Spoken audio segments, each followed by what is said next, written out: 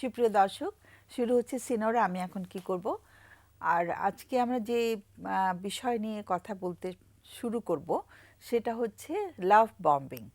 আমরা এই শব্দগুলো বা টার্মিনোলজিগুলো টার্মগুলো আমরা হয়তো সবাই পরিচিত না যে লাভ বম্বিং কী জিনিস। আমরা গত অনুষ্ঠানেও আলোচনা করেছিলাম গ্যাস লাইটিং নিয়ে। তো এগুলো আজকালকার জেনারেশন ওরা এগুলো খুব বলে যে আমাকে গ্যাস লাইট করছে, আমাকে লাভ বম্বিং করছে, আমাকে মনে হয় যে ও অতিরিক্ত হঠাৎ করে বেশি ভালোবাসা দেখাচ্ছে, যেটা আমার কাছে ঠিক ন্যাচারাল মনে হচ্ছে না। মনে হচ্ছে যেন একটু মানে আর্টিফিশিয়ালভাবে আমাকে আমার মন জোগাবার চেষ্টা করছে। কিন্তু আমার ওটা ভালোও লাগছে, but at the same time মনে হচ্ছে যে আমি আবার কোনো একটা বাজে পরিস্থিতির মধ্যে পড়বো কিনা সামনে। তো এই যে লাভ বম্বিং বা অতিরিক্ত ভালোবাসা দেখানো, একদম মানে মাত্রাতিরিক্ত ভালোবাসা, যেটা যে একদম অতিরিক্ত খেয়াল করা, জিনিসপত্র কিনে দেওয়া, তার সুবিধা অসুবিধাগুলো খুব মানে বুঝে চলা। তো এই যে একদম মনোযোগটা একদম মানুষটিকে তার মানে তার অপোজিটে যে আছে, যার সঙ্গে তার প্রেমের সম্পর্ক, তার অপোজিটের মানুষটাকে একদম মানে একদম মনোযোগের কেন্দ্রবিন্দু বানিয়ে ফেলা তাকে, যে তার মানে সে তার জীবনের সব কিছু এরকমভাবে তাকে ফিল করানো। এই যে এভাবে একটা মানে ভালোবাসার সম্পর্কে অপোজিটে থাকা মানুষটা এই যে ব্যাপারগুলো ঘটাতে থাকে, যে আমাকে একদম মনে হচ্ছে পৃথিবীর আমি সবচাইতে তার কাছে আমি পৃথিবীর সবচেয়ে বেশি মানে গুরুত্বপূর্ণ ব্যক্তি, এই যে ইম্পর্টেন্ট বেশি বেশি ইম্পর্টেন্ট ফিল করানো, যেটা একদমই খুবই একটু হয় না যে একটু পরিমিতি বোধের একটু বাইরে হয়ে যায়। তো এরকম যখন আচরণ কেউ করতে থাকে ভালোবাসা সম্পর্কে, তখন সেটা নিয়ে একটু প্রশ্ন দেখা দেয়, এবং যাকে করতে থাকে সেও কিন্তু আমাদের কাছে এসে বলে যে আমাকে যখন লাভ বম্বিং করছে, আমার কেন জানি সন্দেহ হচ্ছে যে ওর বোধহয় কিছু একটা মতলব আছে কিনা, কেন আমার সাথে এত বেশি ভালোবাসার অভিনয় করছে, ও ওটাকে অভিনয় মনে করছে অনেক সময়। তো আজকে আমরা এটা নিয়ে কথা বলবো যে লাভ বম্বিং কাকে বলে, সেটা একটু বোঝার চেষ্টা করব, আর কোন কোন পরিস্থিতিতে মানুষ লাভ বম্বিং করে থাকে সেটাও আমাদের আলোচনার বিষয়বস্তু রয়েছে। আমি পরিচয় করিয়ে দিচ্ছি, স্টুডিওতে যারা এসছে আমাদের সঙ্গে যারা আছে আজকে, তারা একজন হচ্ছেন তামিমা তানজিম। তামিমা হচ্ছে একজন ক্লিনিক্যাল সাইকোলজিস্ট, তোমাকে স্বাগত অনুষ্ঠানে। আর একজন অনেক দিন পরে আজকে এসছে, ও হচ্ছে মোহাম্মদ রাকিবুল হাসান মাহিন, আমার সরাসরি ছাত্র, দুজনেই ছাত্র অবশ্য। তো মাহিন, তোমাকে অনেকদিন পরে পেয়ে খুব ভালো লাগছে। তুমি একজন কাউন্সেলিং সাইকোলজিস্ট, তোমার মানে অনেক কাজ করছো শুনলাম, তুমি রিসেন্টলিও বেশ আরও বেশি আর কাজের কথা বলছিলে। তো আমরা খুব ভালো লাগে শুনলে যে নতুন নতুন কাজের সূত্রপাত ঘটাচ্ছ। তো কে শুরু করবে? তামিমা আজকে, ও তো তোমার চেয়ে একটু ছোট, তুমি সিনিয়র, তোমাকে দিয়ে শুরু করি। ধন্যবাদ ম্যাডাম। সিনিয়র হওয়ার একটা সুবিধা পেলাম। আচ্ছা, লাভ বম্বিং বিষয়টা অ্যাকচুয়ালি একটা প্রক্রিয়া। এটা প্রচণ্ড ভালোবাসা দিয়ে শুরু হলেও এটা শেষমেশ একটু অন্যদিকেই চলে যায়, মানে মানুষটাকে একটা নিয়ন্ত্রণ পর্যায়ে চলে যাওয়ার মতো একটা প্রসেস এটা। ভালোবাসাটা শুরু হয় এইভাবে যে মেঘ না চাইতে বৃষ্টি যেরকম, এরকম একজন মানুষ তার প্রিয় পাত্র বা পাত্রীকে ভয়াবহ লেভেলে ভালোবাসা দিতে শুরু করে। অনেক গিফট দেওয়া, অনেক প্রশংসা করা, অনেক আদর যত্ন ভালোবাসা দিতে থাকে। এবং দিতে দিতে একটা সময় সেই মানুষটা মানে প্রিয় পাত্র বা পাত্রী যখন তার হাতে চলে আসা মানে তার নিয়ন্ত্রণে চলে আসে, তখন দেখা যায় আবার সে ওই অতিমাত্রায় মনোযোগ আগ্রহ দেওয়াটা কমিয়ে দেয়। তখন দেখা যায় যে কমিয়ে দেয় তার প্রিয় পাত্রী তখন বুঝতে পারে না, একটা কনফিউজড অবস্থায় চলে যায়। কিন্তু এই কমিয়ে দেওয়ার উদ্দেশ্যও থাকে অ্যাকচুয়ালি মানুষটাকে নিয়ন্ত্রণ করা। কারণ এত পরিমাণ ভালোবাসা পাওয়ার পর প্রিয় পাত্র বা পাত্রী তখন তো আবেগীয় দিক থেকে সংযুক্ত হয়ে যায় মানুষটার প্রতি, এবং সে আর তখন ওই হারানো ভালোবাসাটা খুঁজতে থাকে, অনেক এফোর্ট দিতে থাকে আবারও আগে সে ভালোবাসাটা পাওয়ার জন্য। কিন্তু যিনি লাভ বম্বিং করেন উনি দেখা যায় যে ভালোবাসাটা কমিয়ে দেয়, মনোযোগটা কমিয়ে দেয়, এবং আস্তে আস্তে তিনি একটা সময় তাকে অনেক কন্ট্রোলিং একটা প্রসেস শুরু করে দেয়। এই কন্ট্রোলিং প্রসেসের মধ্যে তার দেখা যায় যে মানুষটাকে সে অনেক বেশি নিয়ন্ত্রণ করছে, তাকে এক ধরনের ক্রিটিসাইজ করছে, তাকে একদম খুব অপমান অপদস্থ এবং অনেকটা অপরাধ বোধের মধ্যে ফেলে দেয়। এই পুরোটা প্রসেসকে লাভ বম্বিং বলা হয়। এটার মাধ্যমে আসলে মানুষটাকে সে নিয়ন্ত্রণ করার একটা গোল তার মধ্যে থাকে, যদিও এটা ইচ্ছাকৃত করে সে করে না, কনসাস না। সে কনসাসলি করে না, তার ভালোবাসার ধরনটা বা প্যাটার্নটা সে স্বাভাবিক পর্যায়ে রাখতে পারে না। এই মানুষগুলো আসলে ভালোবাসাটাও প্রচণ্ড এবং তার মধ্যে নিয়ন্ত্রণ করার একটা ক্ষুধা থাকে বলে সে এটা করে ফেলে। এটা সাধারণত রিলেশনের শুরুর দিকে অনেকেই করে, কম বেশি সবাই করে, তবে যারা সত্যি লাভ বম্বার তাদেরটা একেবারেই অতিমাত্রায়। সে এমনভাবে মানুষটাকে ভালোবাসা দেয় যে তাকে বোঝাতে চায় যে সে হচ্ছে একটা সোলমেট, তার তার আর কাউকে দরকার নাই, উনি নিজে একাই তার জন্য যথেষ্ট। এবং সে এমনভাবে ভালোবাসা দিতে থাকে যে মানুষটাকে সে তার আত্মীয় স্বজন, তার বন্ধু বান্ধব, কাজ, প্রিয় কাজ, হ্যাবিট সব কিছু থেকে বিচ্ছিন্ন করে ফেলে। সেটাই। আর এটা খুবই ইন্টারেস্টিং একটা প্রসেস। আমাদের আসলে আরেকটু আমাদের গভীরে যেতে পারলে ভালো হতো। একটা ফোন এসে গেছে, Sure. ফোনটা নিয়ে আসি। মাহিন তোমার কাছে পরে Sure. আসি। হ্যালো। আসসালামু আলাইকুম। ওয়ালাইকুম সালাম। ভালো আছেন ম্যাডাম? হ্যাঁ, ভালো থাকার চেষ্টা করছি। জি, আলহামদুলিল্লাহ। ম্যাডাম, আমি একটু বলবো কি? হ্যাঁ। ম্যাডাম, আমার প্রবলেমটা হচ্ছে আমি 5ই মে 2011-তে আমি বিয়ে করছিলাম। আচ্ছা। তো আমি আমার ওয়াইফরে কলেজে ভর্তি করায় দেওয়ার পরে ও ঝামেলা করে আমার থেকে আর কি লাস্টে আরেকটা ছেলের সাথে সম্পর্ক করে চলে যায়। তো চলে যাওয়ার পরে দীর্ঘদিন তো একটা গ্যাপ, আসলে আমি অনেক পাগলামি করছিলাম, তারপরে ফ্যামিলি, বাবা মা ভাই বোন সবকিছু মিলে নিজে কন্ট্রোলে নিজেরে নিয়ে আসছি। আসার পরে যাক আলহামদুলিল্লাহ আমি ভালো ছিলাম। আমি আব্বা আম্মা বিয়ে করায় দিয়েছে, আমি বিয়ে শাদী করছি। বিয়ে শাদী করার পরে আমি আমার সংসার নিয়ে ব্যস্ত। এর মধ্যে ও আমারে ফোন দিছে। ফোন দিয়ে ওর কান্নাকাটি এরকম করতে করতে করতে করতে আমি আবার ওর সাথে আর কি ওর মায়ায়, ওর সাথে আমার সম্পর্ক ছিল, এটা আমি বলি না, ওর সাথে 2007 থেকে আমার সম্পর্ক, 11তে আমি বিয়ে করি।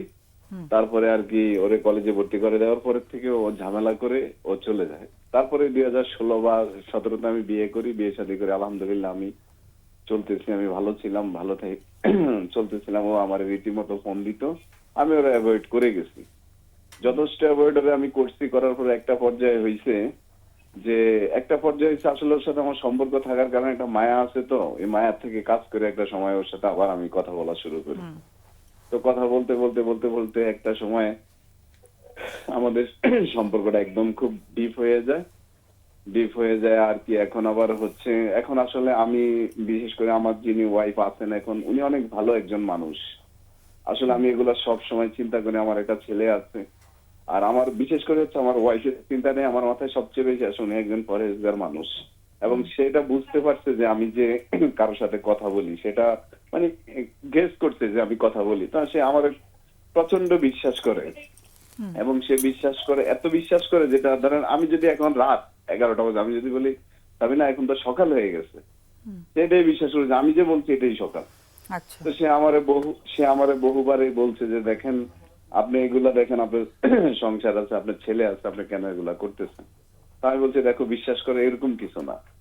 তো একটা পর্যায়ে আসলে আমি আমার মানে নিজের কাছে মানে আমি কেমন জানি মনে হইতেছে আমি একটা দায়বদ্ধতা। তো একদিন ওর আমি বললাম, সে আমার বারবার নাম জিজ্ঞাসা করছিল কার সাথে কথা বলবো, আমি বলছি নাম বলা যাবে না, তবে তুমি তো পড়ো, 5 ওয়াক্ত নামাজ পড়ো, কোরআন পড়ো, রোজা রাখো, নফল নামাজ পড়ো, তাহাজ্জুদ সবই করো, আমার জন্য একটু দোয়া করো, নামাজ পড়ে রোজা রেখে আমার জন্য দোয়া করো, আমি যেন এখান থেকে বের হইতে পারি। আসলে আমিও চেষ্টা করি, কিন্তু আমি এমন জায়গায় আটকে গেছি আমি এখন এখান থেকে বের হইতে পারতেছি না। তবে আমি চেষ্টা করি, আসলে বিশেষ করে চেষ্টাটা করি তোমার জন্য, তুমি একজন ভালো একজন মানুষ। তো ম্যাডাম হচ্ছে এখন যাক, এখন ওর সাথে তো আমার আসলে সম্পর্ক আসলে সবচেয়ে মানে আমার প্রশ্ন হচ্ছে আসলে আমি এই জায়গাটা থেকে আমি বের হয়ে যাইতে চাই, কিন্তু আমি বের হইতে পারতেছি না। ভাই আমার আসলে কেউ যে আমার আটকে রাখে তা না, এটা হচ্ছে যে আসলে আমার একটা মায়া, দীর্ঘ সময়ের একটা সম্পর্কের কারণে আমি এখান থেকে বের হইতে পারতেছি না। এখন আমি কি করব? খুবই তো একটা জটিল পরিস্থিতি মনে হচ্ছে। জি। আর দ্বিতীয় স্ত্রীর কতদিন ধরে বিয়ে হয়েছে? দ্বিতীয় বিয়েটা আমার 16 থেকে আর কি এখন 25 চলে। মানে দ্বিতীয় 16 না ম্যাডাম, 15 হবে, 15 মানে দ্বিতীয় 15 বিয়েটা ফার্স্টে। 15 থেকে 15 থেকে চলছে, তাই তো? জি জি জি মানে তাহলে ওর সঙ্গেও প্রায় 10 বছর হয়ে গেছে, তাই তো? জি জি দ্বিতীয় জি বিয়েটাও 10 বছর হয়েছে এবং সন্তানও আছে। জি জি আহ, কজন সন্তান? আমার একটা ছেলে, কত বয়স? ওর বয়স 9 বছর।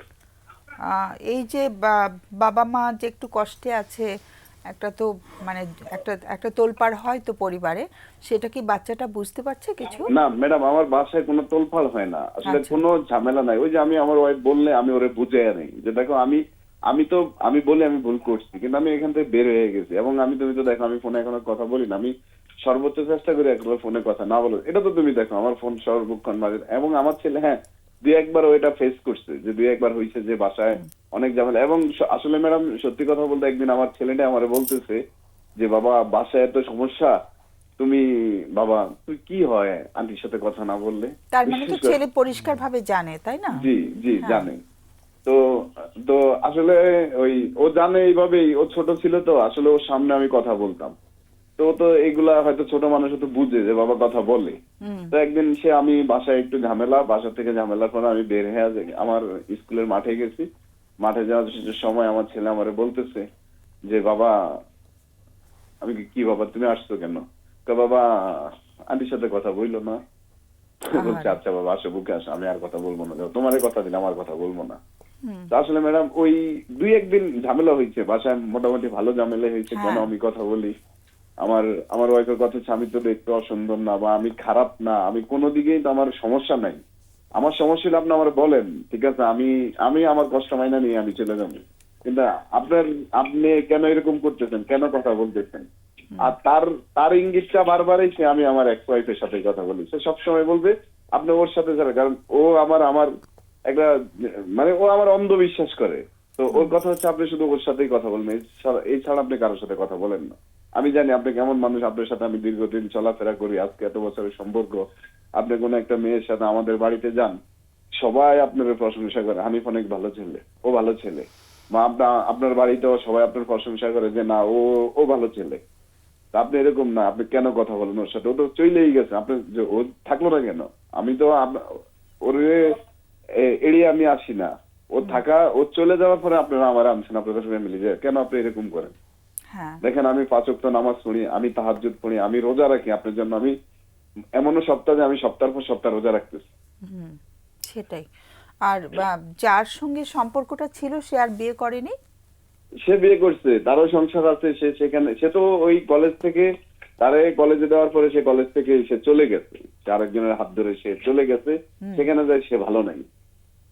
আচ্ছা, মানে যার জন্য সে চলে গেছিল সেখানে সে ভালো পরে আর ভালো থাকেনি, তাই তো? জি জি জি। আচ্ছা আচ্ছা। তো সে এখন মানে ও কি বলতে চাইছে এখন? ও মানে এখন ও বলতে চায় যে আমি মানে ওর কান্নাকাটি সবসময় একটা সিম্পেথি নিয়ে রাখে, ও ভালো নাই, ও ভুল করছে, ও ফিরত আসতে চায়, কেমনে কি করা যায়, এগুলা নিয়েই তার কন্টিনিউ কথা। ওখানে কি ওর কোনো সন্তান হয়েছে? হ্যাঁ সন্তান আছে। আর এখানে যখন ছিল তখন কোনো না তখন তো ওরে তো আমি ওর বিয়ের আমার সর্বোচ্চ 8 মাস 9 মাসের মধ্যে ওরে আমি কলেজে ভর্তি করেছি, এর মধ্যেই এলোমেলো ওর লাইফ, এলোমেলো ওর ফ্যামিলি। আচ্ছা। এবং বিয়ের আগেও সম্পর্ক মানে প্রেমের বিয়ে তো, তাই না? জি আমার প্রেমের বিয়ে। ওটা কতদিনের ছিল? ওটা প্রেমের ছিল আমার 5 বছর 5.5 বছর প্রেম করার পরে বিয়ে। ওকে, তাহলে ওটাও বেশ লম্বা একটা সময় ধরে একসঙ্গে থাকা হয়েছে, মানে একসঙ্গে দুজন একটা সম্পর্কে থাকা হয়েছে। তো সেখানেও মানে একটা ওর মানে সে সে যে চলে গেল, তার কোনো মানে ওটার কোনো বক্তব্য আছে ওটা নিয়ে, যে কি কারণে সে এত বছরের সম্পর্ক করে বিয়ে করা, তারপর বিয়ের অল্প দিনের মধ্যে চলে যাওয়া, সে ব্যাপারে তার মানে কি বলার আছে? তার বলার হচ্ছে সে ছোট ছিল, তার ফ্যামিলিতে আমি অনেক সময় বিচার দিয়েছি যে দেখেন আব্বা আপনার মেয়ে এই করে, আপনার মেয়ে এই করে, আপনি ওর ভাইয়ের কাছে বিচার দিয়েছি, ওর বোনের কাছে, ওর মার কাছে, ওরা কেউ ওরে শাসন করে, ওরে শাসন না করে ওরা উল্টা ও আমার নামে, ও তো একটা সম্পর্কে জড়াই গেছে, আমার নামে যে ওইখানে ব্লেম দিত যে ওইটা করে ও আমার সাথে খারাপ আচরণ করে, মানে যতগুলো মিথ্যা কথা ওইখানে উপস্থাপন করতো। তো ওনাদের মেয়েরাও ওনারা শাসন করে, ও সবসময় বলে যে আমার বাবা মায়ের দোষ, আমার বাবা মা ভাই বোন কখনোই যে তুমি যাই সব বলতা যে, বা আমার আব্বা বহুবার ওদের বাসায় গেছে, যে আমার আব্বা যায় ওদেরকে বুঝাইতো, আমার আব্বার কাছে ওরে দেওয়া হইতো না। যে আমার আব্বা যায় অনেক সময় আমার আব্বা, এটা আমার কষ্টের থেকে আমার আব্বা গেছে, কিন্তু আমি এখন ফিল করি যে আমি আমার আব্বার অনেক ছোট করছি। এই জন্য আব্বার কাছে আমি প্রায় সরি বলি যে আব্বা আপনি আমার ক্ষমা করবেন। সেটাই। আর ও যে মানে বলা হচ্ছে যে ছোট ছিল, বয়সটা কত ছিল? ওর বয়স তখন 16 বছর ছিল, 16-17। মানে তখন ইন্টারে ভর্তি কখন হয়েছে। কখন 16 ছিল? বিয়ের সময়? জি জি, তখন বিয়ের সময় ও 16 ছিল, তখন ও এসএসসি পরীক্ষা দিয়েছে, তারপর আমরা বিয়ে করি। সেটা তাড়াহুড়ো কি ছিল? মানে আমি যদি জিজ্ঞেস করি তোমার বয়সটা কত? আমার বয়সটা হচ্ছে এখন 38। আর আর দুজনের বয়সের গ্যাপ কত ছিল? তখন আমাদের দুজনের বয়সের গ্যাপ ছিল, ধরেন ম্যাম ওর বয়স এখন 30, 30 চলে, আমার 38 চলে, তাহলে 8 বছর। 8 বছর। মানে ওর যখন 16 ছিল তখন তোমার কি বলে 24, 23 বা 24, 23, 24 ছিল। আচ্ছা আচ্ছা। কিন্তু 16 বছর বয়সে তো আসলে মানে বিয়ের বাংলাদেশের নিয়ম মানে ল অনুযায়ী তো 18 বছরকে অ্যাডাল্ট ধরা হয়, কিন্তু আমাদের অবশ্য হয়ে যায় সেই বয়সে বিয়ে, কিন্তু বেশি বেশি ছোট ছিল আর কি ও সেই সময়টাতে, তাই না? জি। সেটাই। তো এখন প্রশ্নটা কি আমাদের কাছে? আমাদের আসলে প্রশ্নটা হচ্ছে, আসলে ম্যাম আমি এখান থেকে বের হইতে পারতেছি না, মানে ওর প্রতি একটা মায়া, ওর প্রতি ধরেন জেদ কাজ শুধু করে। মায়া না, ভালোবাসাও আছে? হ্যাঁ, 100% তো ভালোবাসা, ভালোবাসা থেকেই তো মায়া আসে, প্রচন্ড ভালোবাসা, মানে প্রচন্ড ভালোবাসা ম্যাডাম। আচ্ছা আচ্ছা। ওই ভালোবাসা যেহেতু মানে বিয়ের পরে এত অল্প সময় একসঙ্গে থাকা, ওই যে ওই সময়টা মানে হয় না যে হুট করে জিনিসটা শেষ হয়ে গেছে, যদিও অনেক রাগ তৈরি হয়েছে, বিশ্বাস মনে হয়েছে যে ও আমাকে মানে চিট করলো, কিন্তু তারপরেও ওই ইয়েটা বন্ধনটা বোধহয় ছিন্ন করা সম্ভব হয়নি আর কি। না, বন্ধনটা ছিন্ন করা হ্যাঁ, সম্ভব হয়নি আমি ম্যাডাম। আমাদের প্রশ্নটা পেয়ে গেছি। আমাদের একটু অতিথিদের দু একটা প্রশ্ন যদি ওরা করতে পারে বিরতির আগে, চট করে যদি কিছু মাহিন প্রশ্ন করো পরে।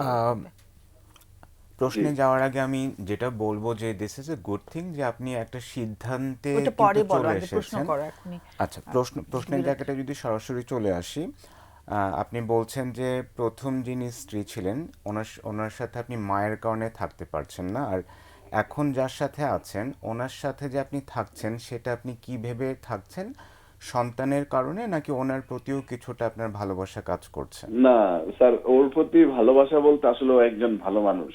কারণ আমি তো আসলে আমি আমার ফ্যামিলিগতভাবে আমি একটু মোটামুটি আল্লাহর রহমতে লেখাপড়া করছি, বা আচ্ছা, আমাদের ফ্যামিলিটা আমি অনেক ভালো, ও পেয়েছি যথেষ্ট ভালো উত্তরটা। একজন আর মানুষ। আরেকটা যেটা প্রশ্ন সেটা হচ্ছে যে যখন যোগাযোগটা হয় সেটা কার মাধ্যমে বেশিরভাগ সময় হয়? আপনি ওর ফোন করেন না, নাকি? ওর ওই দিকের থেকে হয়, ও ওই দিকের থেকেই সবসময় ফোন দেয়, ওর কান্নাকাটি, ওর ফোনটা কান্না। আপনি কি কখনোই করেন না নাকি আপনিও মাঝে মাঝে করেন? না, আমি আসলে ওর সাথে তো আমার কথা হয় আপনার ধরেন 18 বা 19 করোনার আগের থেকে, তো আজকে 5-6 বছর তো এখন ও ফোন করে, আমিও ফোন করি, এরকম আর কি। দুজনেই করছে। আপনি আপনি কত মানে কত পার্সেন্ট হবে আপনি করেন ফোন? আমি পার্সেন্ট বলতে ধরেন 50-50 চলে। 50-50 চলে। লাস্ট যেটা প্রশ্ন করব যে আপনি কোন সময় ফোনটা করেন? আপনি যখন কোনো দুঃখ বোধের মধ্যে থাকেন কিংবা কোনো স্ট্রেসে থাকেন তখনই কি ফোনটা করেন না, নাকি? আমার প্রচন্ড রাগ যখন হয়, বিশেষ করে প্রচন্ড রাগ, যে কি কেন ভেবে তুই আমার রাগটা সাথে এটা হয়? কি করলি, ভেবে কেন রাগটা গেলি। হয়? জি, কি ভেবে রাগ হয়?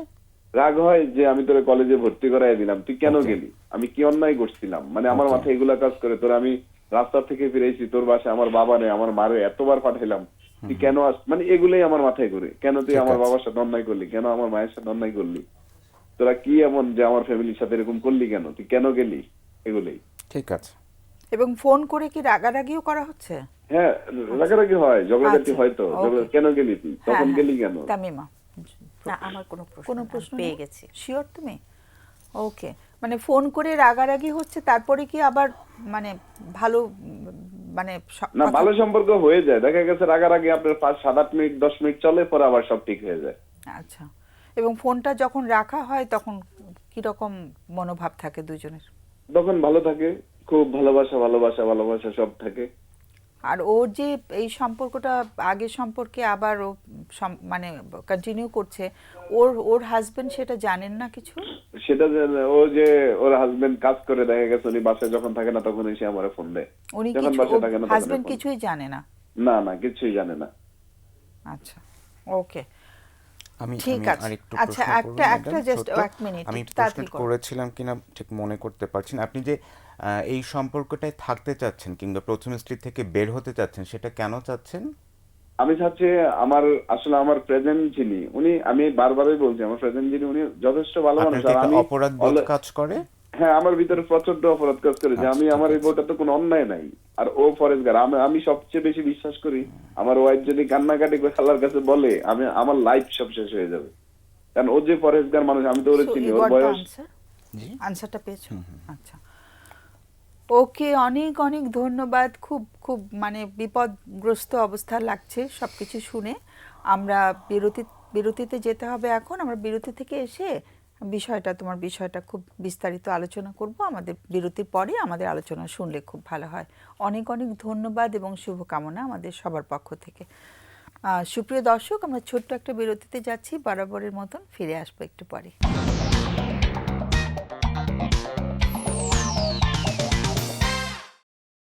সুপ্রিয় দর্শক, আমরা ফিরে এলাম বিরতির পর। আজকে আমরা যে বিষয়টি নিয়ে আলোচনার সূত্রপাত করেছিলাম সেটা হচ্ছে লাভ বম্বিং। সেটা নিয়ে আমাদের একজন অতিথি কথা বলার একটু সুযোগ পেয়েছে, বাকিজন বলতে পারেনি। বাট আমাদের বিরতির আগে একজন খুব ইম্পর্ট্যান্ট ইস্যু নিয়ে কল করেছিলেন আমাদেরকে। আমি আশা করছি সেই দর্শক আমাদের সাথে এখন আছেন। আমরা চলে যাচ্ছি ওই দর্শকের যে প্রশ্ন বা তার যে কষ্টগুলো হচ্ছে সেটা নিয়ে আমাদের অতিথি আলোচনা করবে। তামিমা। আম, আমার মনে হচ্ছে আপনি একটা আবেগ এবং বাস্তবতার দ্বন্দ্বের মধ্যে পড়ে গেছেন। আপনি বলছিলেন যে আপনি আগের যে ওয়াইফ তাকে আপনি প্রচণ্ড ভালোবাসেন, একটা মায়ায় পড়ে গেছেন, যদিও তার চলে যাওয়ার কারণে আপনি অনেক কষ্ট পেয়েছেন, অনেক রাগ অভিমান কাজ করছে, তারপরও ভালোবাসাটা বা মায়াটা বেঁচে আছে। আর বর্তমান যে ওয়াইফ তাকেও আপনি ভালোবাসেন এবং উনি অত্যন্ত পরেশগার মানুষ, তার মনে কষ্ট দিয়ে আপনি কোনো গুনাহ করতে চাচ্ছেন না এরকম। আমার আপনাকে যেটা বলার, আপনাকে প্রথমে বুঝতে হবে আপনি কি চান, আপনি কি করতে চান এবং সেটা কোন ওয়েতে চান।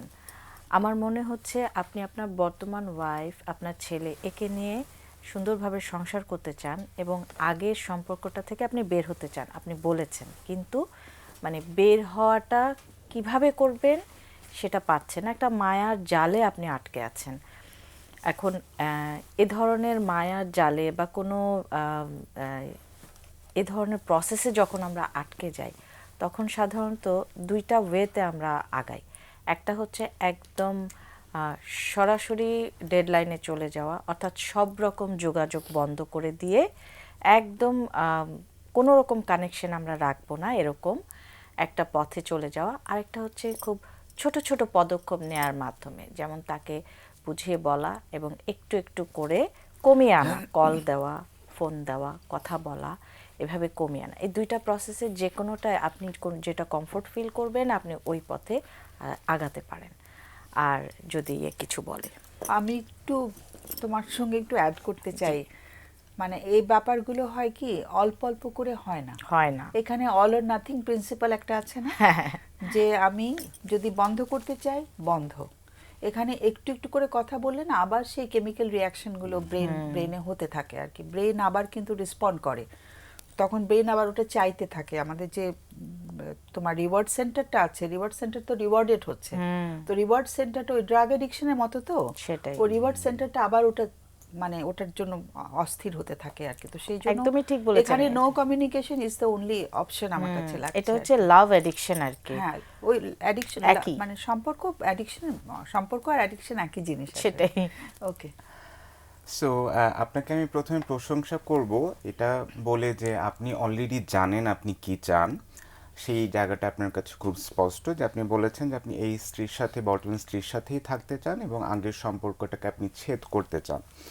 এবং একদম শেষে আপনি যেই প্রশ্নের উত্তরটা দিয়েছিলেন যে আপনি কখন ওনাকে ফোন করছেন, 50-50 যখন যোগাযোগটা হচ্ছে, আপনি তখনই ফোন করছেন যখন আপনার মধ্যে একটা রাগ কাজ করছে। এবং এটাকে যদি আমরা আর একটু অ্যানালাইজ করি, আমরা হয়তো বা রাগের পেছনে একটা চিটেড হওয়ার ফিলিংও আমরা দেখতে পাবো, যে আমি প্রতারিত হয়েছিলাম এবং সেই প্রতারিত হওয়ার আবেগটা থেকেই কিন্তু আমার মধ্যে এই রাগটা কাজ করছে।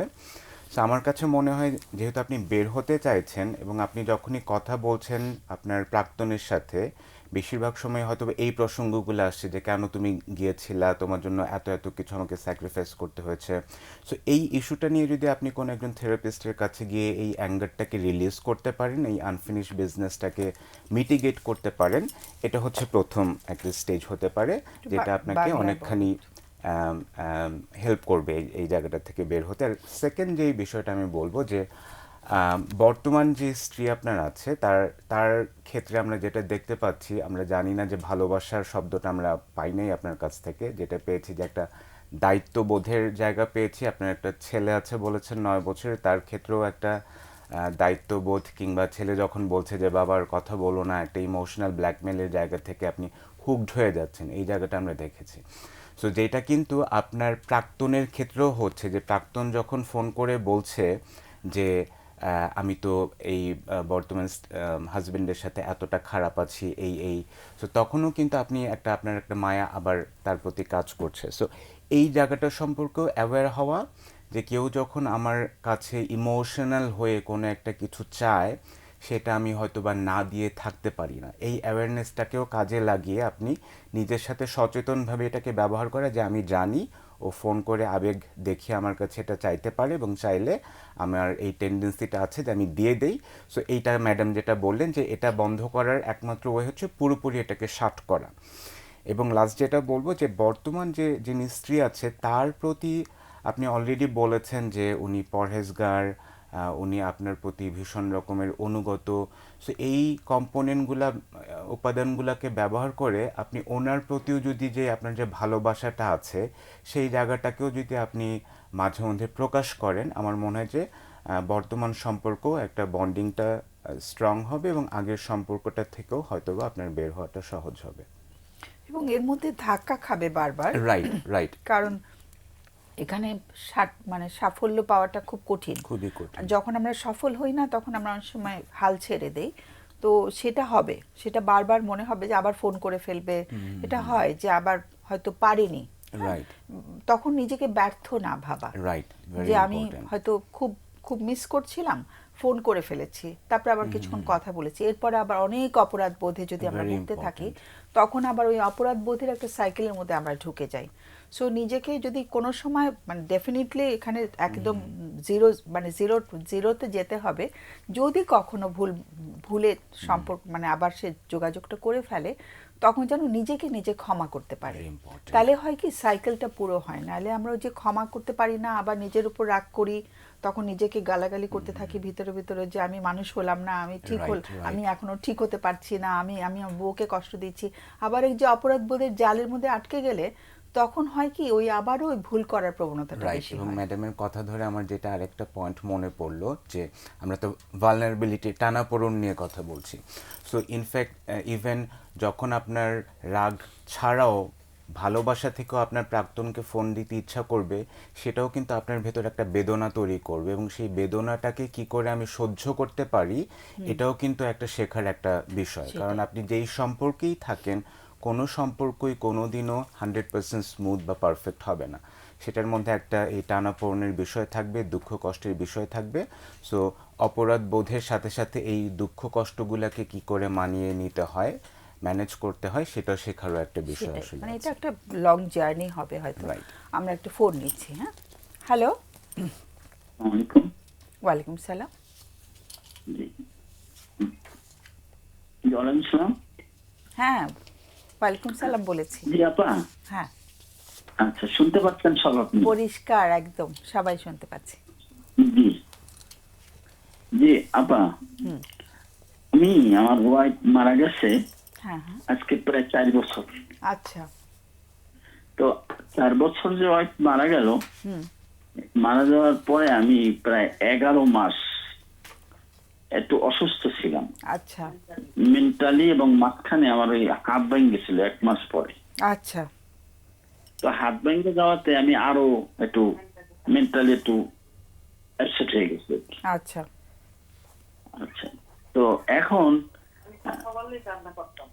তখন কথা বললেই কান্না করতাম।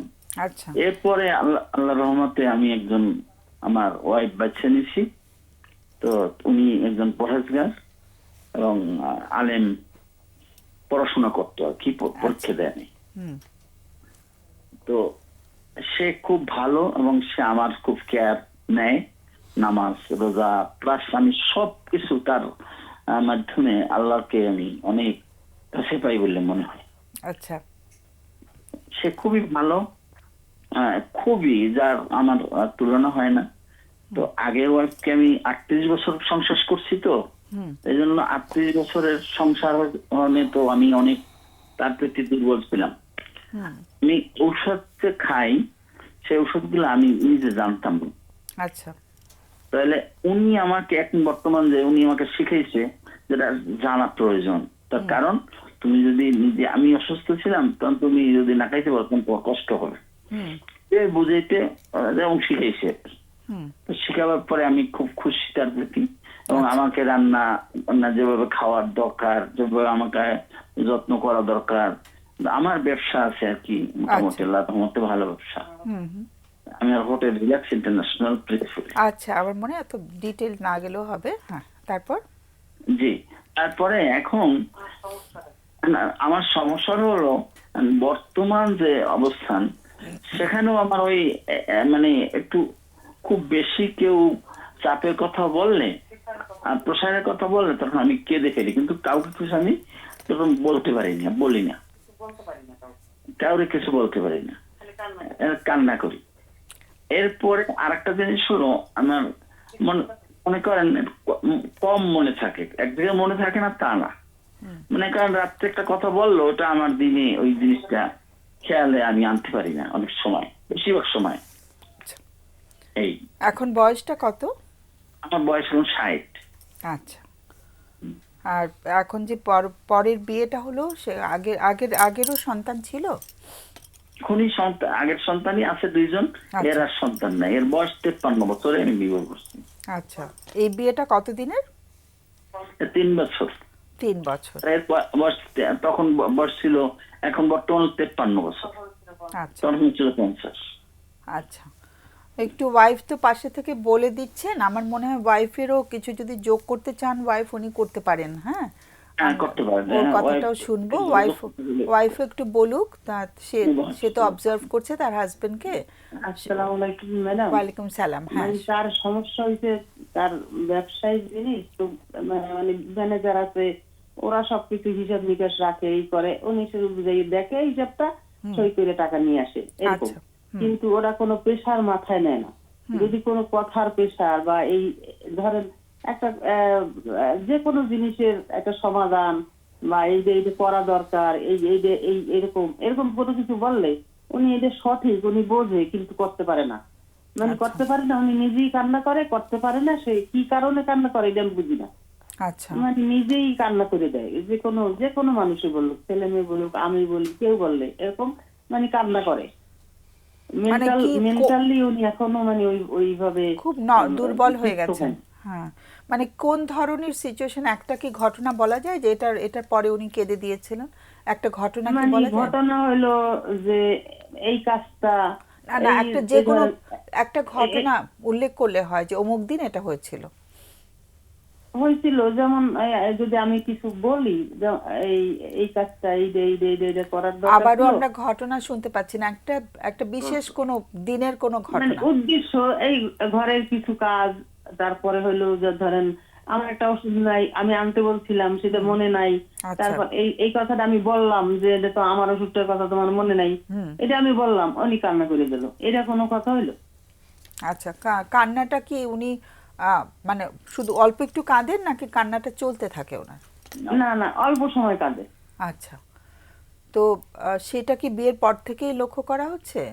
বিয়ের পরে তো খুবই অসুস্থ ছিল, এটা তো আমি ট্রিটমেন্ট করাই টরে, আমি বিভিন্ন রকম ট্রিটমেন্ট করাইছি, মানসিক ডাক্তার দেখাইছি, তারপরে হলো যে ব্রেনের ডাক্তার দেখাইছি, তারপর হার্টের ডাক্তার দেখাইছি, মানে আমি ট্রিটমেন্ট করাইতে এই পর্যন্ত আসতে সুস্থ। ওনার হাতটা ভাঙা ছিল, হাতটা ফুলা ছিল, এখন হাত দিয়ে ধরতে পারে, এখন 2 কেজিও জাগাইতে পারে হাত দিয়ে, আল্লাহর রহমতে। এখন এরকম ছিল, খুবই অসুস্থ ছিল। এটা আমি অসুস্থ জানার অবস্থায় আমি বিয়ে করছি। আমার হাজবেন্ড মারা গেছে 15 বছর। এখন আচ্ছা। হইলো যে আমি বাচ্চা কাচ্চা মানুষ করার পরে আমার এই ছেলে মেয়ে, আমি আবার ওই ছেলের বউর কাছে টাকা এই সেই আমি চাকরি করতাম। হুম হুম পরে আমি এই টাকা টাকা এইসব আমি পছন্দ করি না, আমি এই জন্য থাকতাম মেয়ের নিয়ে, মেয়ে বিয়ে হয়ে গেছে, হুম। পরে আমি একা চাকরি আচ্ছা। করতাম। পরে চাকরি ছেড়ে দিয়ে দেশে আসলাম, আমাদের দেশ আর তাদের দেশ এক জায়গায় পিরিজপুরি। আচ্ছা। তবে আমাদের সাথে তাদের কোনো সম্পর্ক বা যোগাযোগ এরকম ছিল না। হুম তারা হলো তাদের হলো ব্যবসা হোটেল আর রিলেটেড, আমাদের ফ্যামিলি সবাই আলেম। এখন তাদের সাথে তো আর আমাদের কোনো যোগাযোগ ছিল না। হঠাৎ আচ্ছা। করে প্রস্তাব হইলো, আমার মা আমার মেয়েরা সবাই মিললে, ছেলে মেয়েরা সবাই মিললে বলছে আম্মুরে বিয়ে দিতে।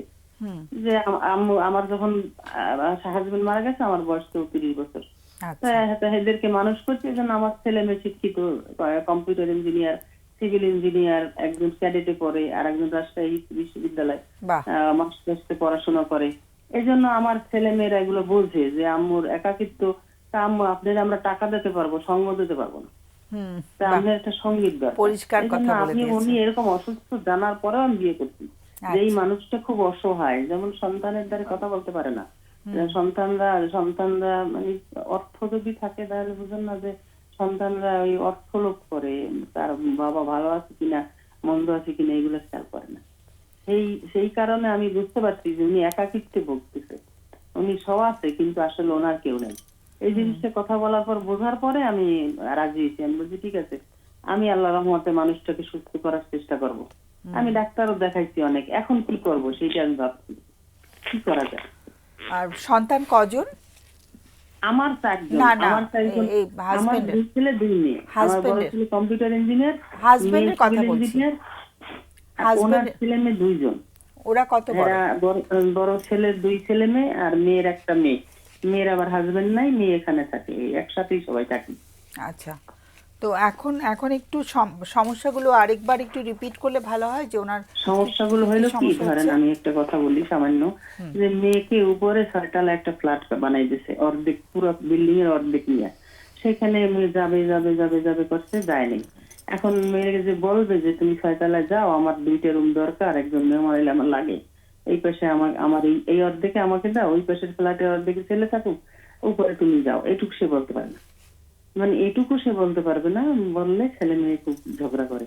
এই জন্য উনি মানে এইসব মেন্টাল প্রেশার নিতে পারে না, এমনি কান্না করে, একলা এসে ঘরে কান্না করে যে আমি কি করবো এখন, এইরকম। কান্নাটা কি মানে নীরবে কাঁদেন উনি, নাকি একটু জোরে কাঁদেন?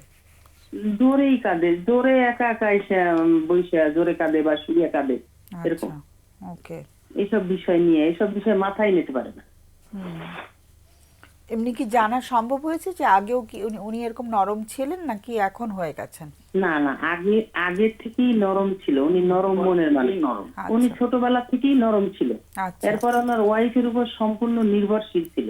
যেমন এখনো জামা কাপড় সবকিছু আমার ঠিক করে দিতে হবে, গায়ে দেবে, একটা জামা পরবে আর একটা জামার পকেটে টাকা থাকলে উনি কোনোদিন ওইটা থেকে টাকা বাইর করে নেয় না, এটা আগের থেকেই। আচ্ছা। মানে এরকম উনি হলো যে একটু মানে একটু শৌখিন মানুষ। মন ভোলা আর কি। না না, শৌখিন মানুষ, এক ধরনের শৌখিন মানুষ, যে সবকিছু আমার ওয়াইফ দেখবে, আমার দরকার নেই, আমার ব্যবসা দেখলে হবে, এরকম। আচ্ছা। সংসারের কিছু উনি বলতে পারে না। Okay. কয়টা হাড়ি পাতিল ভান্ডবাড়ি আছে, কয়টা প্লেট পিরিচ আছে, হেয়ার ওয়াইফের কত বড়ি স্বর্ণ আছে, হেয়ার ওয়াইফের কয়টা শাড়ি ছিল, এগুলো কিচ্ছু বলতে পারবে না, আচ্ছা। ওকে। এরকম। সো এখন যেটা হচ্ছে যে উনি যে কান্নাকাটি করছেন, সেটার কিভাবে সেখান থেকে উনি কিভাবে? হ্যাঁ, এখান থেকে কিভাবে বের হওয়া যায়, আর কিছু মনে থাকে না, এটা হইলো কথা। মানে রাত্রে বললে সকালে সে মনে নেই, এটা কিছু বলতে ঘুম পারবে না। হচ্ছে ঠিক মতো ওনার? হ্যাঁ, ঘুম হচ্ছে। আমরা ডাক্তার দেখাইতেছি, আপনার বরিশালে ওই হাড়ের ডাক্তার দেখাইছি, এটা রঞ্জিত খান, প্রফেসর রঞ্জিত খান, যে আচ্ছা, রিটায়ার্ড। নাম বলতে হবে না ডাক্তার। রঞ্জিত খান স্যার, ওনার আবার খুব ফ্রেন্ড উনি। তা ওই স্যার রেখে দেখাইছি, স্যারে বলছে হাড়ের কোনো সমস্যা নাই। তারপরে উনি ব্রেনের জন্য আবার ব্রেনের ডাক্তার দেখছে, একজন নিউরো, সে টেস্ট করছে, বলতে কোনো সমস্যা নাই। কিন্তু এইটা কেন হচ্ছে আমি এটা বুঝছি না। এটা মানসিক ডাক্তার দেখাইছি, সে একটা অসহায় 2টা ওষুধ দিছে। এখন উনি চাচ্ছে যে আমি একজন মানসিক ডাক্তার আবার দেখাই। আচ্ছা। ওকে। হ্যাঁ, কিন্তু সেই ওষুধ কি খাচ্ছেন উনি, মানসিক ডাক্তার যে ওষুধ না দিয়েছেন? না, শুধুমাত্র আমি কোলোরনটা খাচ্ছি। না খাওয়ার কারণটা কি? হুম? না খাওয়ার কারণটা কি, মানে সব? উনি তো আরেকটা কেস শুনছিল, তো ওটা তো অনেক আগে। না না, তো মানসিক এখন উনি- মানসিক ডাক্তারের ওষুধটা, না তো বছর দুই দেখাইনি। মানসিক ডাক্তারের কাছে যাওয়া হয়নি আর? না যাওয়া আচ্ছা আচ্ছা, ওকে। যাওয়া নেই, মানে আমি একটু ফিট হয়েছি তো এই জন্য এখন শুধু মনে থাকে না, এটাই বেশি। আর আচ্ছা। ওই যে কান্না করাটা আমার, আমি প্রেশারটা কম নিতে পারি, এটা হলো main। আমি মনে করেন একটা কথা মানুষ বললে, মনে করেন একজনে খুব চাপ সৃষ্টি করলো একটা কথা দিয়ে, তো আমি অন্য সবাইকে বলতে পারি, কিন্তু নিজস্ব আত্মীয় স্বজনদের আমি সেটা সন্তান, বউ, ছেলে মেয়ে বা ভাই বা এগুলোকে আমি বলতে পারি না, কারণ আমি আচ্ছা, চিন্তা করি যে মানুষ তো মরে যাবে, এ নিয়ে আমি কেন ঝগড়া করতে যাবো। হ্যাঁ, এই একটু আর কি। একটু যদি মানে শৈশবটা একটু শুনতাম ভালো হতো। শৈশবটা কেমন কেটেছে, ছোটবেলাটা? ছোটবেলাটা মানে আম্মা ছিল, 6 ভাই বোন ছিলাম আমরা।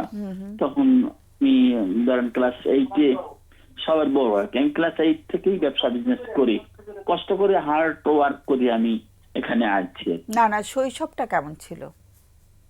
শৈশবটা বাবা মা, বাবা মার সম্পর্ক, কান্না করতাম, বাবা মার সম্পর্কটা কেমন ছিল? খুব ভালো ছিল, শাসন হতো খুব কিনা? ভালো ছিল। আমি একদিন বলি আপনাকে, আমি একদিন একটা মাহফিল শুনতে গেছি, তখন কাদের মাওলানা সাহেব নাম ওনার একটা বক্তৃতা শুনছি। আমার বয়স কত আমার ঠিক মনে নাই। তো তখন আমি আমার আম্মুর কাছে বলতেছিলাম যে আম্মু, তুমি আমাকে কেন পৃথিবীতে আনলা, তুমি আমাকে কেন পৃথিবীতে আনলা, তোমরা আমার যখন তখন মারি ফেলাইতো এই সময়, এই এখন এত হিসাব কেমনি আমি দেবো আল্লাহর কাছে, ও, আল্লাহর কাছে।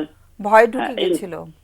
হ্যাঁ, এটা খুব কান্না করেছে আমি, যে আমার জন্য আম্মা যে কি কাঁদছে, হ্যাঁ আমার মনে আছে, কিন্তু সেটাও মনে আছে কিন্তু আমার। তখন বয়স কত ছিল ছিল আমার। বয়স এটা, এই কান্নাকাটি করার সময়? তখন ওই টাইমটা মনে হয় 8 বছর, সম্ভবত 8 আচ্ছা, বছর বা আচ্ছা। 9 বছর। কিন্তু স্পষ্ট এরকম মনে ছিল। আছে যে ভয় ঢুকে গেছিল ভিতরে, যে অনেক হিসাব দিতে হবে মরার পরে, সেটা হ্যাঁ শুনে। হ্যাঁ হ্যাঁ। আচ্ছা আচ্ছা, হুম। ওকে। একটু লাইনে থাকতে হবে। তোমাদের কোনো প্রশ্ন আছে? আমাদের অতিথিদের প্রশ্ন আছে, করো। অনেকগুলো প্রশ্ন। প্রথম প্রশ্ন হচ্ছে, আপনার যখন কান্না পায়, আপনার কি ভয় থেকে কান্না পায়, নাকি অসহায় বোধ কাজ করে, নাকি আপনার দুঃখ অসহায় বোধ লাগে? কাজ করে। অসহায় বোধ কাজ করে। অসহায় বোধ। অসহায় বোধ কাজ করে এটা যে ভেবে যে আমি ছেলেকে বলতে পারতেছি না, মেয়েকেও বলতে পারছে না, আর আমার ওয়াইফ আবার এই ব্যাপার আচ্ছা। এই একটা কথা বলবে, এটা আমি অসহায় কষ্ট বোধ পাই। কাজ করে, নাম্বার 1। নাম্বার 2, আপনার প্রথম স্ত্রী কিভাবে মারা গিয়েছিলেন? জি, শুনতেছি না। আপনার প্রথম স্ত্রী কিভাবে মারা গিয়েছিলেন?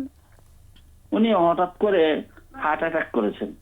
হার্ট অ্যাটাক করেছিলেন। আপনি কি সাথে ছিলেন ওনার যখন মারা যান, নাকি যখন Situation, মারা যায় পরিস্থিতিটা কি ছিল? তখন তাড়াতাড়ি ছিলাম। সাথে ছিলেন, এবং আপনি তাকে কিছুই সাহায্য করতে পারেননি, তাই তো? না তাকে আপনি বাঁচাতে পারেননি। না। আপনি যখন কান্না শুরু করেন, তারপর কান্নাটা থামে কিভাবে? কতক্ষণ কাঁদেন? হ্যাঁ, অল্পতেই ছেড়ে দেয়, আবার অল্পতেই আমি বুঝতে পারি যে এটা এটা দরকার না, এদের কন্ট্রোল করা উচিত। কন্ট্রোল করা উচিত। কেন কন্ট্রোল করা উচিত মনে হয়? মনে হয় যে যে যা বলছে, বা যে মানে এটা হয়তো ভুল করে বলছে, বুঝতে পারে না, তাকে আমি এবার পরবর্তীতে বুঝাই। ওকে। আপনি বলছিলেন যে 8 বছর বয়সে আপনি হাউমাউ করে, আপনার মাও কেঁদেছিল, তাই না? আপনিও জি, কেঁদেছিলেন। জি। মাও কি আপনাকে বুঝিয়েছিল তখন, যে এই যে যেই কথাটা আপনি বললেন যে কেন পৃথিবীতে আনলা, মা কি বলেছিল আপনাকে তখন? কিভাবে মা সান্ত্বনা তখন দিয়েছিল? বলেছিল, কেন কি হয়েছে, এত মানুষ দুনিয়া থাকে, তুমি দেখো না, তোমার এত অসুবিধা কি, তুমি আল্লাহর কথা বলবা, মিথ্যে কথা বলবা না, তুমি সঠিকভাবে চলবা, তাহলে আল্লাহর কাছে হিসাব দিতে কষ্ট হবে না। এটা বুঝাইছে আমাকে। আমার দাদিও ছিল, আমার দাদিও তখন বুঝাইছে, আমার আব্বা বুঝাইছে। আচ্ছা, মা কি ভীষণ আদর করতেন আপনাকে? হ্যাঁ, এই যে আমাকে আদর করতেন। আপনার আমার বয়স যখন ধরেন আম্মা মারা যাওয়ার আগেও সে আদর করতেন, বুঝতো যে অবশ্যই আমি আদর সব করতেন। বুঝি। 6 ভাই বোন ছিল, আপনার পজিশন কোথায় ছিল? 6 বড়, ভাই বোনের মধ্যে সবার বড় আমি। সবার বড় ছিলেন। আচ্ছা, সবার বড় ছিলেন। বাবা কি মারা গেছে? হ্যাঁ, বাবা মারা গেছে। মানে বাবা কবে মারা গেছেন? বাবা মারা গেছে 20 বছর হয়ে গেছে, 20। আচ্ছা, মা মারা গেছে হয়তো Sorry, 11 আমি বছর। ইন্টারাপ্ট করেছি। আর প্রশ্ন আছে? আরেকটা প্রশ্ন যে আপনি সবার বড় ছিলেন, মা অনেক ভালোবাসতেন। এই যে প্রথম স্ত্রী যেভাবে যত্ন নিতেন, বর্তমান স্ত্রী যেভাবে যত্ন নেন, মা কি তার থেকেও বেশি যত্ন করে আপনাকে বড় করেছেন? একদম না, এত চাপ যত্ন নিতে এত দেননি যত্ন মা? করতে পারেন না। আবার আপনি তো বলছেন যে আপনি 8 বছর ক্লাস 8 থেকে ব্যবসা করে করে স্ট্রাগল করেও বড় হয়েছেন, তাই না? জি, জি। সেটা আপনি ঠিকমতো পারতেন তখন, ওই চাপগুলা নিতে পারতেন? হ্যাঁ, হ্যাঁ, হ্যাঁ। আচ্ছা, ঠিক আছে। আচ্ছা, আপনি বলছিলেন যে সেই ক্লাস 8-এর ঘটনাটা বলার পর আপনিও খুব কান্না করেছিলেন, আপনার মাও খুব কান্না করেছিল। আপনার এই যে কান্না করে দেওয়া, এই যে কষ্ট পাওয়ার যে সমস্যাটা, এটা কি আপনার মা কিংবা বাবা আর কোনো ভাই বোন কারো কি আছে? না, না, আচ্ছা, এত নরম মনের মানুষ কেউ নাই। আচ্ছা। বাবা মারও কেউ নেই? বাবা কারো মা ছিল না? এত হয়তো এরকম সব না। ছিল না। বাবা মায়েরও কারো এরকম ছিল না? না, না, না, আচ্ছা, এত না। আমি কাউকে একটা খারাপ কথা বলতে পারি না। আমি রিক্সাওয়ালাকে যদি একটা খারাপ কথা বলি, তাহলে আমি সে রাত্রে আমি ঘুমাই না। আর যদি তাকে মাপ চাই, তাহলে আমার মাথাটা ঠান্ডা হয়। আচ্ছা। আপনি আরেকটা বলছিলেন যে প্রথম স্ত্রী মারা যাওয়ার পর থেকে আপনি মানসিক এবং শারীরিক দুইভাবেই অসুস্থ হয়েছেন। আপনি কি প্রথম মানসিকটা অত না, শারীরিক অসুস্থই বেশি ছিল। ওই শারীরিকটার কারণে মানসিকভাবেও আপনি ভেঙে গিয়েছিলেন, তাই না? নিয়ে নিয়েছিলাম, হ্যাঁ। আচ্ছা, প্রথম স্ত্রী থাকা অবস্থায় কি কখনোই এরকম কান্নাকাটি হতো না? হ্যাঁ, হতো। হতো। একটু তাড়া গেলে কান্নাকাটি হতো। প্রথম স্ত্রী মারা যাওয়ার পরে এটা বেড়ে গেছে, তাই না? মারা যাওয়ার পরে একটু বেশি আমি ভেঙে পড়ছি। হ্যাঁ। এটা শুরুটা কবে, বা কবে থেকে, কোনো ঘটনা থেকে কিনা? না, কোনো ঘটনা নিয়ে না, আমার শুরু ওই যে আমি মার কাছে বলছি, ওই ছোটবেলা থেকে আমি কারো দুঃখ কষ্ট দেখতে পারতাম না। আমি যদি কোনো সময় আমি একটা ঘটনা মনে আছে আমার, যে আমি একটা ঘরের পাশ থেকে যাচ্ছি, বাসা সম্ভবত দোতলায়, আর নিচে দোকান, বাচ্চাদের মারতেছে। তখন আমি বলতেছি যে ভাই আপনি একটু নিষেধ করেন, এরকম বাচ্চাদের মারে না।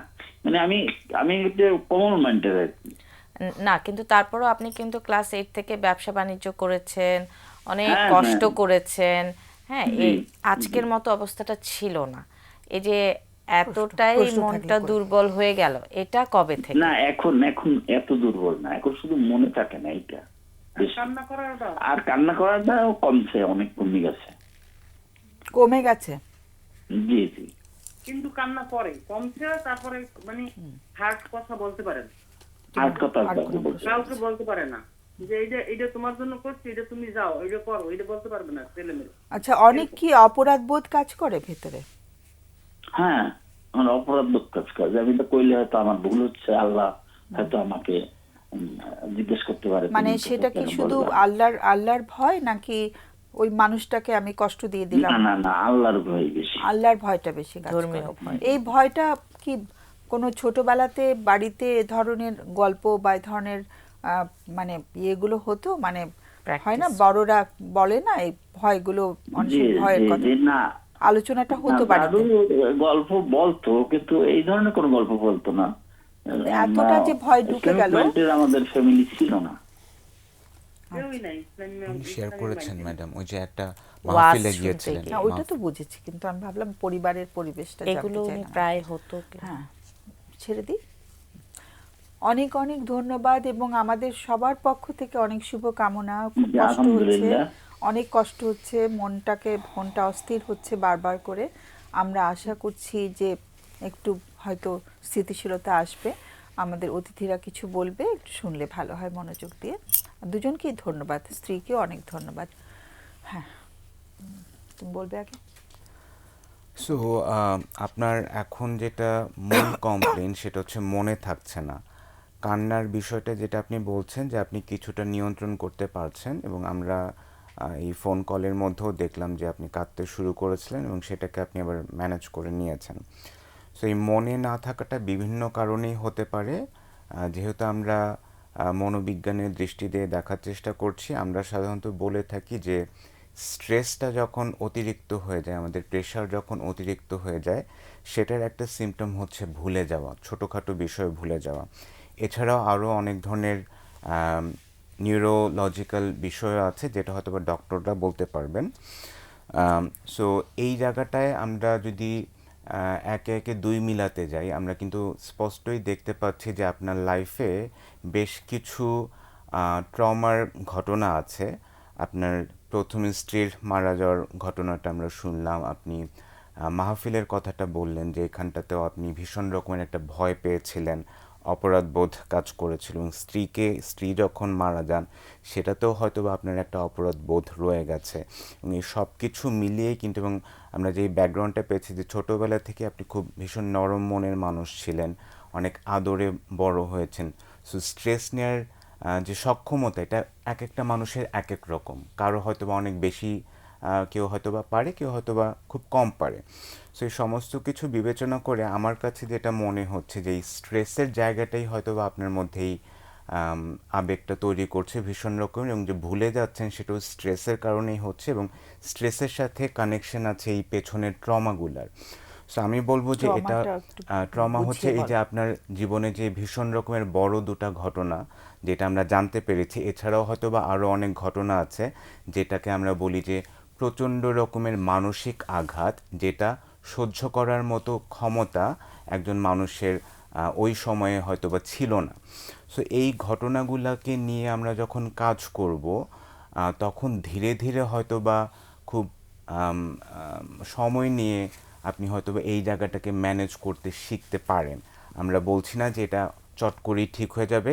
আশার কথা হচ্ছে যে আপনি অলরেডি কিন্তু আপনি নিজেও বলেছেন এটা ইমপ্রুভ করেছে, এবং মেডিকেশনের কথাটা যেটা বলেছিলেন, যদি এটা সাইকোলজিক্যাল কারণেই হয়ে থাকে, মেডিকেশনটাও নিতে হবে এবং সাইকিয়াট্রিস্টের কাছে যেতে হবে, এবং একজন ট্রমা থেরাপিস্টের কাছে গিয়ে একটা টিমওয়ার্ক যখন হবে, ধীরে ট্রমা ধীরে হয়তো থেরাপিস্ট বা কোথায় খুঁজে পাবে? আমরা ওইভাবে বললে তো লাভ যে নেই। যে কারো কাছে ট্রমা থেরাপিস্ট না পেলেও আপনি যদি কাউন্সিলিংটা ইজ ভেরি ইম্পর্টেন্ট, যে এই যে যেই আঘাতগুলো আপনি পেয়েছিলেন স্ত্রী মারা যাওয়ার পর, কিংবা যেগুলো আমরা জানি না, সেই জায়গাগুলো নিয়ে যখন একসাথে একটা টিম ওয়ার্ক হবে, ধীরে ধীরে হয়তো বা এই জায়গাটা থেকে আপনি বের হতে পারবেন।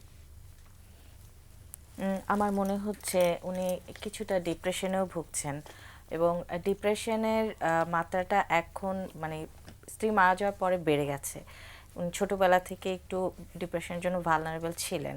উনি অনেক রকম চিকিৎসা করেছেন, কিন্তু মানসিক চিকিৎসাটা ক্লিয়ারলি উনি বলতে পারলেন না, আর তো কন্টিনিউ হয়নি মনে হয়নি। হচ্ছে। সো আমার মনে হচ্ছে উনি ওই যে ডক্টর কাছে গিয়েছেন ওনার কাছে আরেকবার ভিজিট করতে পারেন, এবং কিভাবে প্রবলেম আসলে স্ট্রেসড আউট না হয়ে কিভাবে প্রবলেম সলভিং ক্যাপাসিটিগুলো বাড়ানো যায়, কষ্টের কথা বলা যায়, প্রকাশ করা যায়, এই স্কিলগুলো যদি একজন কাউন্সিলরের সান্নিধ্যে থেকে উনি শিখতে পারেন, উনি অনেক ওভারকাম করতে পারবেন। আর ভুলে যাওয়াটা ডিপ্রেশনেও হয়। তো সেই ক্ষেত্রে উনি মানে এত রকম চিকিৎসা না করে একজন মানসিক চিকিৎসায় যদি ভালোভাবে ইনভলভ হন, আই থিঙ্ক এটা ওনার জন্য সবচেয়ে বেশি কার্যকর হবে। ধন্যবাদ। ওকে, মোটামুটি ভাবে তো কভার করা গেছে, তাই না? সো আমাদের ফোন নেই তো বোধহয় না এখন? ও, একটা ফোন আছে, ফোনটা নিয়ে আসি তাহলে। মানে তোমার সাবজেক্ট নিয়ে বলা হয়নি আজকে। হ্যালো, হ্যালো, আসসালামু আলাইকুম আপা। ওয়ালাইকুম সালাম। হ্যাঁ, শুনছি ভালো আমরা। আছেন আপা? হ্যাঁ হ্যাঁ, থ্যাঙ্কস আ লট। আপা, আপনার সাথে আগে প্রথম দিকে সারা আপা প্রোগ্রাম করতো, উনি কি আসে না? হ্যাঁ, সরি।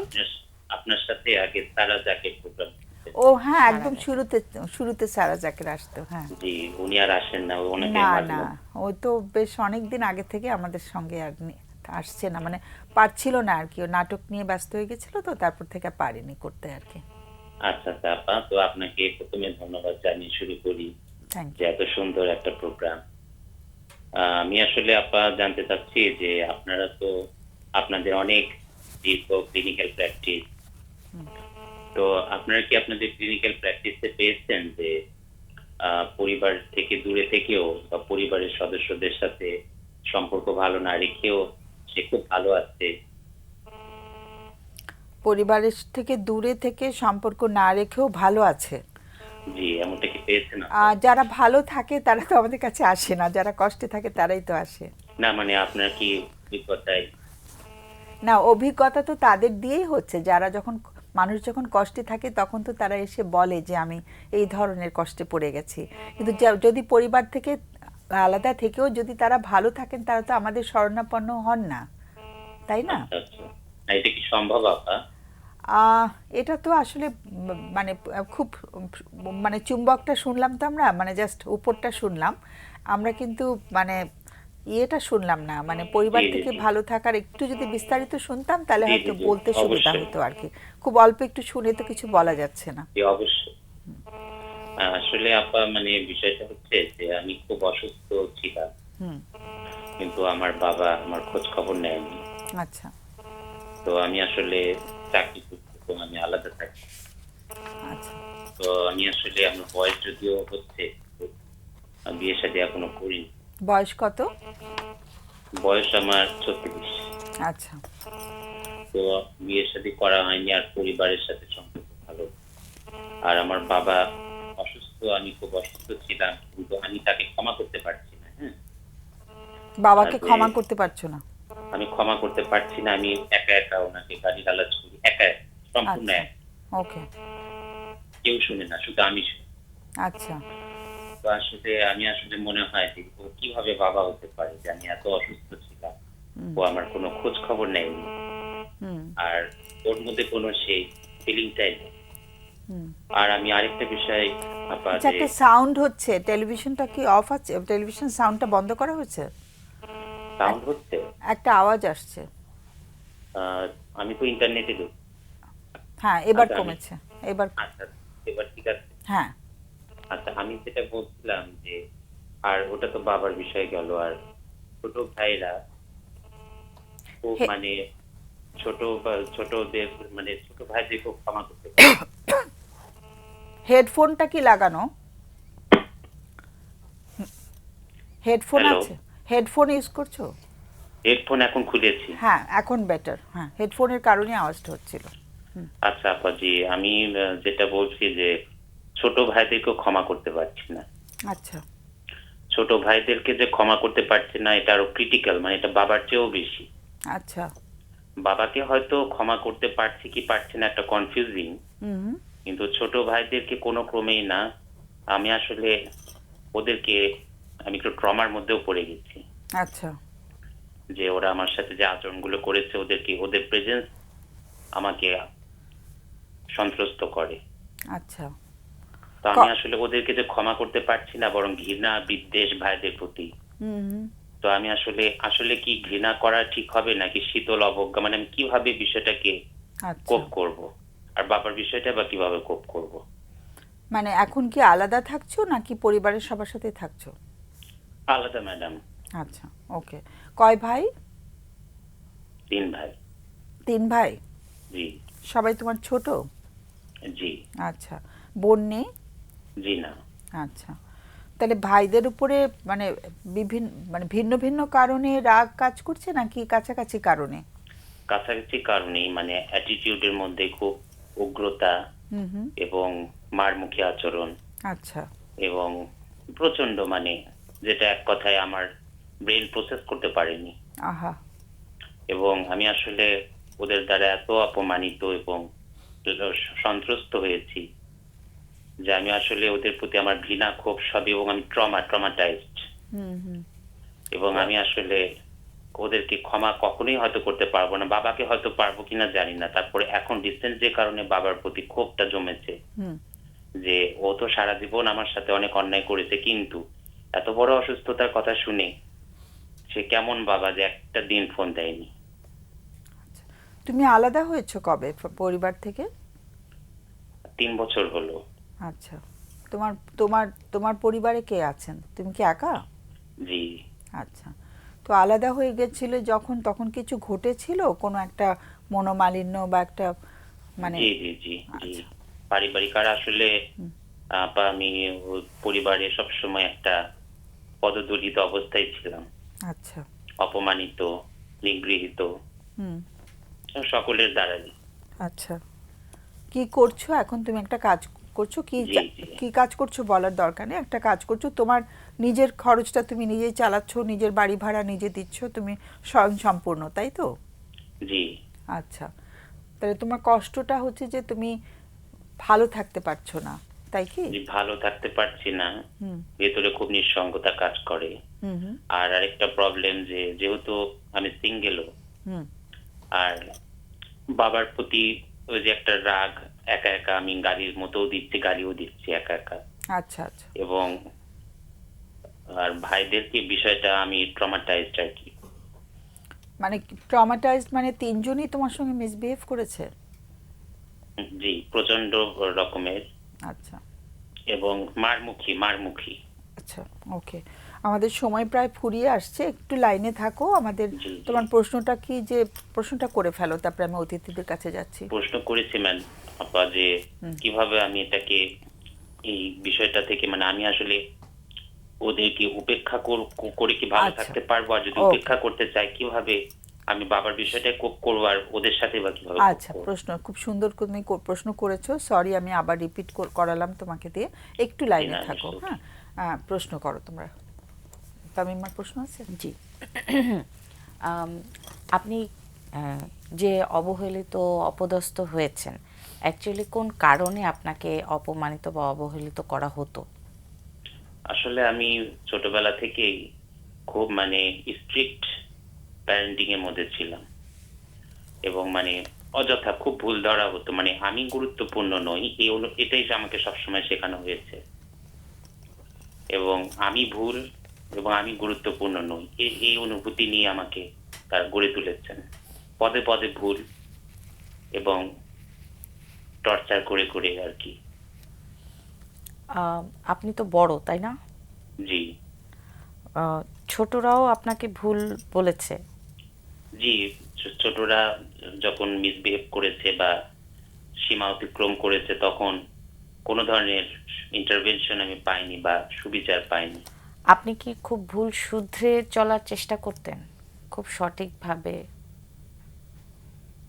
আহ, আমি আসলে ভেতরে খুব ওদের সাথে যতদিন ছিলাম খুব অস্থির ছিলাম, এবং এখনো যদি অ্যাক্সিডেন্টালি কখনো একসাথে হই, মানে খুব মানে আমি ভেতরে অ্যাংজাইটি ফিল করি, মানে এবং আমি সবসময় জি।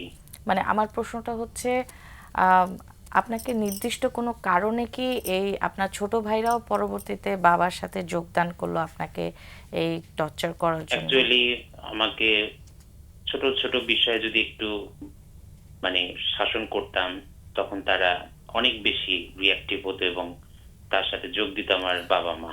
আপনার শাসনটা ওরা নিত না, তাই না? জি, শাসনটা নিত না, এবং আমি যেটুকু শাসন করতাম তার চেয়ে অনেক বেশি রিঅ্যাক্টিভ হয়ে একদম সীমা অতিক্রম করত। আচ্ছা, মানে আপনার প্রতি আপনার বাবারও এই আচরণটার কারণ জি। কি ছিল? আসলে আমি তার পছন্দের ছিলাম না। সে সেটার সবসময় কারণ কি? আমাকে, সে পারফেকশন তার মনের মতো হয়তো আমি হইনি, যে সে হয়তো যেভাবে আমার চিন্তা করেছে যে ও এ হবে সেই হবে, বা মানে সে ভেবেছে যে আমি একদম ফেরেশতার মতো হয়তো থাকবো, বা আমি সব দিক দিয়ে তার সবকিছু কিন্তু পূরণ সময় করবো। খুব তাড়াতাড়ি ফুরিয়ে আসছে, একটু তাড়াতাড়ি। আর প্রশ্ন আছে? আচ্ছা, না, আর প্রশ্ন থাকলে করে ফেলো, চট ঠিক আছে, আর লাগবে না। তাড়াতাড়ি করো প্রশ্ন আমাদের। আছে, অনেক একটু পরে। প্রশ্ন আছে। হ্যাঁ, কোনটা দিয়ে শুরু করব? আপনার বাবার কথা শুনলাম, মা কোথায় আছেন এখন? মারা গেছে। মা বাবার সাথে আছেন। বাবার সাথে আছেন। মার সাথে আপনার সম্পর্কটা কিরকম? মোটামুটি। ভাব মোটামুটি। খুব বেশি পজিটিভ না, তবে মোটামুটি। বাবা আর ভাইদেরকে যেমন ক্ষমা করতে পারছেন না কিংবা রাগ আছে, মার প্রতি সেরকমটা নেই? মার প্রতি আছে, বাট ওদের প্রতি বেশি। ওদের প্রতি বেশি। আচ্ছা, আর একটা অসুস্থতার কথা বলেছিলেন, যেটার সময় বাবা কোনো খোঁজ নেয়নি, কি হয়েছিল আপনার? ওটা ফিজিক্যাল একটা সিকনেস, খুব পেইনের একটা প্রবলেম ছিল। ওটার গুরুত্বটা বোঝার জন্য 0 to 10 মাত্রাটা কত ছিল মানে অ্যাকচুয়ালি অসুস্থতার? 8 to 9। 8 to 9। কতক্ষণ আছে? আচ্ছা, অপমানিত হওয়ার একটা ছোট্ট 2 একটা মিনিট উদাহরণ দিতে পারেন?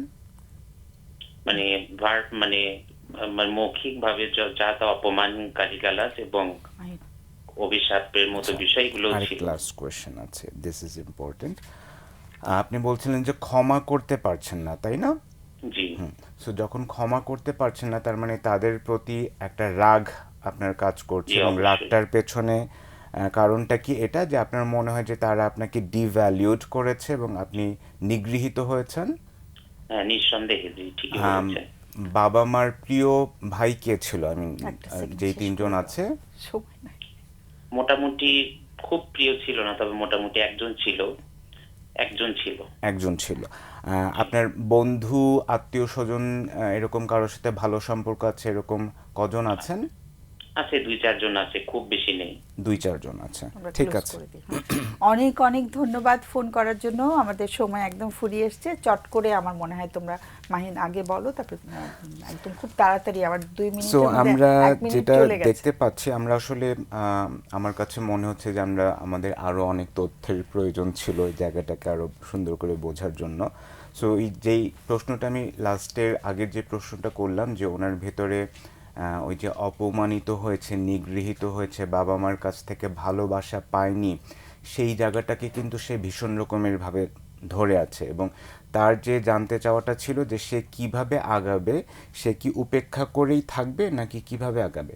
সো সে হয়তোবা তাদের প্রেজেন্সটাকে উপেক্ষা করতে পারবে, কিন্তু সে যে ভেতরে ভেতরে রাগ এবং অপমানিত হওয়া, ডিভ্যালিউড ফিল করার যে ভাবনাগুলা, সেলফ কনসেপ্ট, নিজের সম্পর্কে যে ধারণাটা আপনি রেখে দিয়েছেন, সেই ধারণাগুলা কিন্তু আপনি উপেক্ষা করতে পারবেন না।